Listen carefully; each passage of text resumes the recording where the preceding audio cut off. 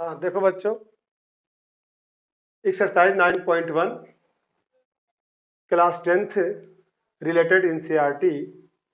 इसमें हम पढ़ेंगे एंगल ऑफ एलिवेशन और एंगल ऑफ डिप्रेशन, जिसको हिंदी में उन्नयन कोण और अवनमन कोण कहते हैं। एंगल ऑफ एलिवेशन को उन्नयन कोण और एंगल ऑफ डिप्रेशन को अवनमन कोण। डिफिनीशन है, the angle of elevation is an angle that is formed between horizontal line and the line of site. Angle of elevation जिसको उन्नयन कोण कहते हैं, वो कौन सा एंगल है? वो एंगल है जो फॉर्म बनता है बिटवीन किसके किसके दरमियान? हॉरिजॉन्टल लाइन के और लाइन ऑफ साइट के।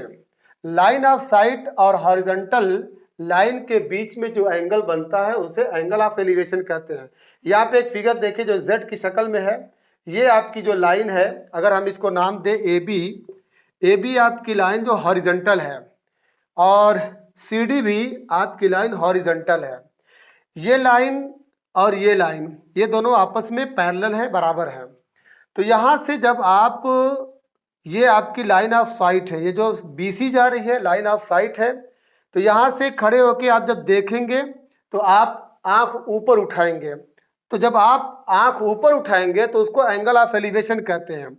और जब आप यहाँ खड़े होकर नीचे देखेंगे, जब आंख को नीचे करेंगे तो उसको एंगल ऑफ डिप्रेशन कहते हैं। वही कह रहे हैं कि एंगल ऑफ एलिवेशन जो एक ऐसा एंगल है जो बनता है हॉरिजॉन्टल लाइन और लाइन ऑफ साइट के बीच में। ये हॉरिजॉन्टल लाइन है और ये लाइन ऑफ साइट है, उसके बीच में जो एंगल बनता है उसको कहते हैं एंगल ऑफ एलिवेशन। तो यहाँ पे मेन डिफिनेशन है, if the line of site, अगर जो लाइन ऑफ साइट है, जो लाइन जिससे आप देख रहे हैं, जो लाइन है वो अगर क्या नाम अपवर्ड की तरफ है, ऊपर की तरफ है, किससे? हॉरिजॉन्टल लाइन से। अगर हॉरिजॉन्टल लाइन, मान लीजिए ये हॉरिजॉन्टल लाइन है, इससे अगर आप ऊपर की तरफ देखेंगे तो ये आपका एंगल ऑफ एलिवेशन बनेगा। और अगर ये हॉरिजॉन्टल लाइन है, जब नीचे की तरफ देखेंगे, आंख डाउन करेंगे हॉरिजॉन्टल लाइन से, तो उसको एंगल ऑफ डिप्रेशन कहते हैं। तो वही कह रहे हैं कि द लाइन ऑफ साइट, अगर लाइन ऑफ साइट जो है ऊपर की तरफ है हॉरिजॉन्टल लाइन से, तो जो एंगल बनेगा उसे एंगल ऑफ एलिवेशन कहते हैं, उन्नयन कोण कहते हैं। लेकिन अगर क्या नाम है, एंगल ऑफ डिप्रेशन आपको ढूंढना है, तो द लाइन ऑफ साइट, जो लाइन ऑफ साइट है वो डाउनवर्ड्स होना चाहिए, नीचे की तरफ होना चाहिए। ऐसे समझिए, अगर आप ऐसे खड़े हो गए हैं तो जैसे ही आप सर ऊपर करेंगे, आंख को ऊपर लेके जाएंगे, ये लाइन है आपकी, इस हॉरिजॉन्टल लाइन है, इससे जब आप ऊपर करेंगे तो ये आप एंगल ऑफ एलिवेशन है। और जहां आप नीचे की तरफ करिए, इसको एंगल ऑफ डिप्रेशन कहते हैं। हाँ देखो बच्चों, question number 1, a circus artist is climbing a 20-meter long rope which is tightly stretched and tied from the top of a vertical pole to the ground. Find the height if the angle made by the rope with the ground level is 30 degree. एक circus artist है, circus से का artist है, वो चढ़ रहा है। 20 metre long rope है, ध्यान दीजिए, ये 20 मीटर लॉन्ग रोप है, इस पे एक सर्कस आर्टिस्ट चढ़ रहा है। विच इज टाइटली स्ट्रेच्ड, ये रोप जो है, अगर रोप का नाम हम दे दे AB, ये रोप जो है बिल्कुल क्या नाम है, तनी हुई है, ठीक है, कहीं से इसके अंदर लूजनेस नहीं है, एकदम टाइट है। From the top of a vertical pole, ये एक वर्टिकल पोल है, चलिए ये वर्टिकल पोल है, मान लीजिए वर्टिकल पोल का नाम BC है, उससे बिल्कुल जमीन से तनी हुई है। To the ground find the height, इसकी हाइट पूछा। अगर मान लीजिए इसको आप मिला दे रहे हैं, ठीक है, तो इस पोल की हाइट पूछा। If the angle made by the rope with the ground level, ये ग्राउंड आपका है, यहाँ पे जो एंगल बन रहा है कितना है? 30 डिग्री है, 30 डिग्री है। क्वेश्चन ये है कि इसकी हाइट क्या होगी, BC की हाइट क्या होगी? मान लीजिए BC की हाइट h है, सपोज दैट हमको क्या गेट करना है? The height of BC। ये एक पोल है, वर्टिकल पोल है बच्चों, ये वर्टिकल पोल है। ये वर्टिकल पोल से ये जो रस्सी है AB, ये जमीन से एकदम बिल्कुल तनी हुई है। तो आप यहाँ पे कौन सा फार्मूला यूज करेंगे? देखिए, इसको गेट करना है तो जाहिर सी बात है, ये थीटा है, थीटा के सामने वाली साइड क्या होती है? परपेंडिकुलर होती है। ये आपका हाइपोटेनस है, लॉन्गेस्ट साइड है, ये आपका बेस है। तो sine theta, cos theta, tan theta, इसमें से कौन सा यूज करिए जिसमें ये आए और ये आए, यानी परपेंडिकुलर आए और हाइपोटेनस आए। तो साइन थीटा, वेरी गुड। तो sine 30 degree is equal to perpendicular upon hypotenuse होता है। तो परपेंडिकुलर क्या है आपका, बीसी है, बीसी अपॉन हाइपोटेनस क्या है, एबी, ठीक है, ए बी है, यानी इसकी वैल्यू कितनी है 20। तो साइन 30 की वैल्यू कितनी होती है 1/2 इजकल टू, और बी सी, बी सी जिसका नाम एच हम रखे हैं, और ये 20 है। देखिए 1 2, यहाँ से 2 1 2 2 2 2 10 20 कर सकते हैं, और 10 1 10 implies that H is equal to 10। किस में रखेंगे, मीटर में है, तो एच इजकल टू 10 मीटर। हाँ देखो बच्चों, ये क्वेश्चन थोड़ा इम्पोर्टेंट है। इसमें राइटर बोल रहा है अ ट्री ब्रेक्स, एक पेड़ टूट जाता है ड्यू टू स्टॉर्म, तूफान की वजह से, तूफान आया और पेड़ टूट गया। एंड द ब्रोकन पार्ट, जो टूटा हुआ हिस्सा है वो बेंड से, वो झुक जाता है, जो टूटा हुआ हिस्सा झुक जाता है, so that the top of the tree, इस तरह झुकता है कि जो पेड़ का टॉप था वो टचेज द ग्राउंड, वो जमीन को छूता है, making angle of 30 degree with it, वो जमीन से कितना एंगल बनाता है 30 degree. The distance between the foot of the tree to the point where the top touches the ground is 8 metre. जहां से टूटा हुआ पार्ट जो जमीन से टच करता है, और उसके क्या नाम है, बेस से वो कितना दूरी बना रहा है 8 मीटर बना रहा है। Find the height of the tree, पेड़ कितना ऊंचा था। तो मान लीजिए ए बी पेड़ है, मान लीजिए ए बी पूरा क्या है, पेड़ है, और आंधी या तूफान की वजह से सी पॉइंट से वो पेड़ यहाँ से टूट जा रहा है, ये पूरा सही सलामत है, लेकिन यहाँ से टूट के वो टूटा हुआ जो हिस्सा बीसी है वो यहाँ पे आके टच कर रहा है, कितना एंगल बना रहा है 30 डिग्री, और ये यहाँ से यहाँ तक की दूरी 8 मीटर है। तो क्वेश्चन ये है कि पेड़ कितना ऊंचा है। चलिए, तो आप यहाँ क्या देख रहे हैं, अगर हम इसको छुपा दे रहे हैं तो यही तो पूरा पेड़ है, ए सी और सी डी। ए सी को निकाल लीजिए और सी डी को निकाल लीजिए, दोनों को ऐड कर दीजिए तो आपको पूरा पेड़ मिल जाएगा। तो चलिए, आपको बेस मिला हुआ है और एक एंगल दिया है, बाकी कोई चीज नहीं पता है, यानी दो चीज पता है, बेस मिला है और एंगल मिला है।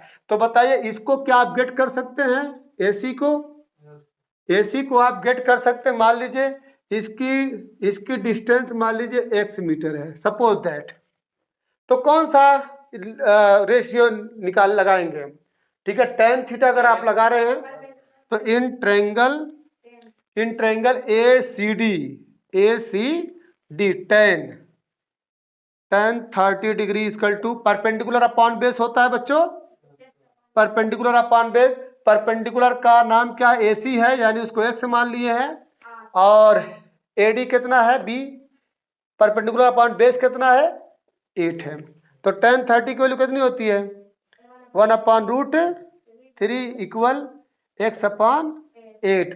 तो इसका मल्टीप्लाई इसमें कर दीजिए, 8 का मल्टीप्लाई इसमें, तो imply that x will be what 8/√3 metre, यानी आपको AC की वैल्यू कितनी मिल गई 8/√3। अब किसी तरीके से आप CD की वैल्यू गेट कर लीजिए। तो CD की वैल्यू गेट करेंगे कैसे, जब आपको AC मिल गया है तो साइन थीटा अप्लाई कर दीजिए, बोलिए साइन थीटा, यानी sine 30 degree equal to perpendicular upon hypotenuse होता है। तो परपेंडिकुलर कितना है 8/√3, हाइपोटेनस CD गेट करना है। साइन 30 की वैल्यू कितनी होती है 1/2 इक्वल, ये इसको आप लिख सकते 8/√3 इंटू CD, कन्फर्म। तो अब क्या करेंगे, इंप्लाई दैट CD, ये CD यानी √3 इंटू CD इक्वल टू 8 2 16, तो CD will be what 16/√3 metre. तो आपको CD भी मिल गया और AC भी मिल गया। तो अब total height of the tree, total height of the tree क्या करेंगे, AC प्लस CD, यही तो पेड़ है, AC plus CD equal AC कितना था 8/√3 अब प्लस CD कितना है 16/√3, डिनोमिनेटर सेम है तो डायरेक्ट जोड़ दीजिए 16 4 20 4 24/√3। इसको रेशनलाइज कर दीजिए यानी √3 से ऊपर और √3 से नीचे मल्टीप्लाई करेंगे तो ये √3 मिलकर 3 हुआ, 3 8 24 यानी आंसर क्या मिला 8√3 मीटर। यही आपका total height of the tree है। देखिए इसको और सॉल्व कर सकते हैं। टोटल हाइट ऑफ ट्री जो मिली है आपको 8√3 मीटर, तो you can put the value of √3 already you know the value of √3 is equal to 1.732, तो इसको मल्टीप्लाई कर दिया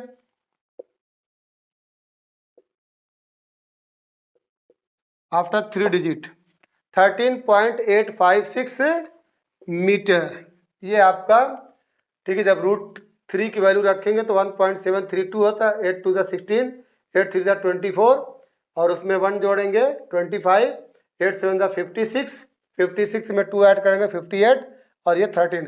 इस क्वेश्चन को एक तरीके से और आप लगा सकते हैं कि जब आपको ये मिल गया AC की वैल्यू मिल गई तो CD की वैल्यू निकालने के लिए यूजिंग पाइथागोरस थ्योरम आप क्या लगा दीजिए पाइथागोरस थ्योरम। तो यूजिंग पाइथागोरस थ्योरम क्या है CD का square is equal to AC का स्क्वायर प्लस बोलिए AD का स्क्वायर। तो इम्प्लाई दैट AC का स्क्वायर कितना है 8/√3 का स्क्वायर प्लस AD का स्क्वायर 8 का स्क्वायर। तो इम्प्लाई दैट 8 8 64 और नीचे आपका 3 और प्लस 64 कन्फर्म। तो यहाँ पे क्या आप देख रहे हैं कि 64 आप कॉमन ले सकते हैं तो 64 कॉमन ले लीजिए 1/3 प्लस 1 तो 3 1 3 और 3 में 1 ऐड करेंगे तो 4/3 यानी 64 इंटू 4/3 मिला। क्लियर है। तो अब क्या करेंगे आप अब ये करिए कि जो CD की वैल्यू है CD विल बी व्हाट, तो CD विल बी √64 इंटू 4/3। तो इसमें से कौन बाहर निकलेगा 64 निकलेगा बाहर यानी 8 और 4 2 और नीचे आपको मिला क्या √3 तो क्या मिल गया 16/√3। देखिए इससे पहले भी आपको ये वैल्यू क्या आई थी 16/√3 में आई थी। उसके बाद फिर जैसे पहले केस में किए थे वैसे अब केस में कर दीजिए। हाँ देखो बच्चों question number 3 a contractor plans to install 2 slides for the children to play in a park. एक कॉन्ट्रैक्टर है कोई ठेका लेने वाली या देने वाली कोई औरत है, उसने एक प्लान बनाया कि वो 2 स्लाइड बनाने जा रही है बच्चों को खेलने के लिए। कोई पार्क है उसमें बच्चों को खेलने के लिए वो 2 स्लाइड बनाने जा रही है। इसमें for the children below the age of 5 year जो 5 साल से कम उम्र के बच्चे हैं वो सोचती है कि ऐसी स्लाइड बनाए जिसकी हाइट जो है जमीन से कितना मीटर हो 1.5 मीटर। जो 5 साल से छोटे बच्चे हैं उनकी ऐसी स्लाइड बना रही है कि जिसकी हाइट 1.5 मीटर है और inclined at an angle of 30 degree. वो कितने डिग्री पे झुकी हुई है 30 डिग्री पे जमीन से। Whereas for elder children, लेकिन इसके अलावा जो बड़े बच्चे हैं वो चाहती है कि ऐसी स्लाइड बनाए जिसकी हाइट कितनी हो 3 मीटर हो और उसका झुकाव कितना हो 60 डिग्री हो। अब मेन क्वेश्चन ये है कि what should be the length of slide in each case. Her case में स्लाइड की जो वो है लेंथ हो, लेंथ ऑफ स्लाइड यही है AC। इस केस में AC पता करना है और इस केस में PR पता करना है, यानी क्वेश्चन मार्क AC है और इस में क्वेश्चन मार्क क्या है PR है। बहुत इजी है। अब बताइए कौन सा रेशियो इसमें इस्तेमाल करेंगे जिसके अंदर परपेंडिकुलर आए और हाइपोटेनस आए। Very good. तो इस केस में sine theta 30 degree equal to perpendicular upon hypotenuse यानी 1.5 अपॉन AC। AC कट करना है तो इंप्लाई दिस साइन 30 की वैल्यू कितनी होती है 1/2 और ये 1.5 अपॉन AC। क्या करेंगे, AC का मल्टीप्लाई इसमें और 2 का मल्टीप्लाई इसमें, यानी AC 1 जा AC और 2 और 1.5 तो 30 होगा, यहाँ पे आ जाएगा। यानी AC की वैल्यू इसमें क्या मिली, 3 मीटर। कंफर्म। यानी इस केस में जो लेंथ ऑफ स्लाइड है वो कितनी होनी चाहिए, 3 मीटर। आइए इस केस में, आइए इसमें भी वही लगाएंगे, sine 60 degree is equal to perpendicular upon hypotenuse. तो आपका RQ अपॉन PR, ये इक्वल कितना है, RQ 3 है और ये PR। तो साइन 60 की वैल्यू जल्दी बोलिए, √3 अपॉन 2 इक्वल 3 अपॉन PR। तो इम्प्लाई दैट क्या करेंगे, PR का मल्टीप्लाई इसमें और 2 का मल्टीप्लाई इसमें, यानी √3 PR इक्वल 2 3 जा 6। तो PR विल बी व्हाट, 6/√3। अब क्या करेंगे, रेशनलाइज कर दीजिए, √3 से ऊपर और √3 से नीचे मल्टीप्लाई करेंगे तो ये √3 3 हो जाएगा, तो 3 2 6। तो आंसर क्या मिला, 2√3। यानी इसकी जो लेंथ है वो 2√3 मीटर है। एग्जैक्ट वैल्यू निकालना होगा तो √3 की वैल्यू जो होती है 1.732, उसमें आप किससे मल्टीप्लाई कर देंगे, 2 से। 2 2 जा 4, 2 3 जा 6, 2 7 जा 14, 2 1 जा 2 और ये 3.464 मीटर। हाँ देखिए क्वेश्चन नंबर 4 है, the angle of elevation of the top of A tower from a point on the ground which is 30 meter away from the foot of the tower is 30 degree. Find the height of the tower. Angle of elevation of the top of a tower. ये BC जो है tower है और इसका जो top C point है, बोलिए C point इसका टॉप है। तो ये कह रहा है कि एंगल ऑफ एलिवेशन, जाहिर सी बात है आप निगाह उठा के ऊपर देखेंगे, जब निगाह उठा के आप ऊपर देखेंगे तो एंगल ऑफ एलिवेशन बनेगा। तो ये एक जमीन पे एक पॉइंट है, मान लीजिए जमीन पे एक पॉइंट A है, यहाँ से जब आप टावर की चोटी को देखते हैं, उसके टॉप को देखते हैं तो 30 डिग्री एंगल बनता है। और A से लेके B तक की जो दूरी है वो 30 मीटर है।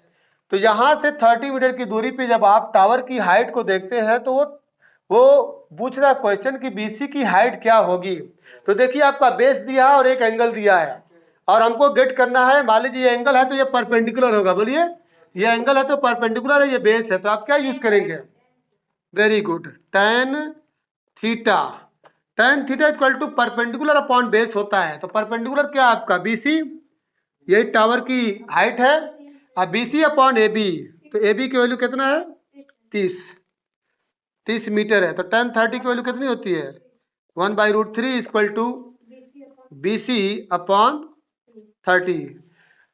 इसका मल्टीप्लाई इसमें कर दीजिए, यानी 30 का मल्टीप्लाई खाली इसमें करेंगे तो imply that BC will be what, 30/√3। अब इसको रेशनलाइज कर दीजिए, यानी √3 से ऊपर और √3 से नीचे मल्टीप्लाई करेंगे तो √3 मिलकर 3 और 3 10 जा 30। तो BC इक्वल 10√3 मीटर।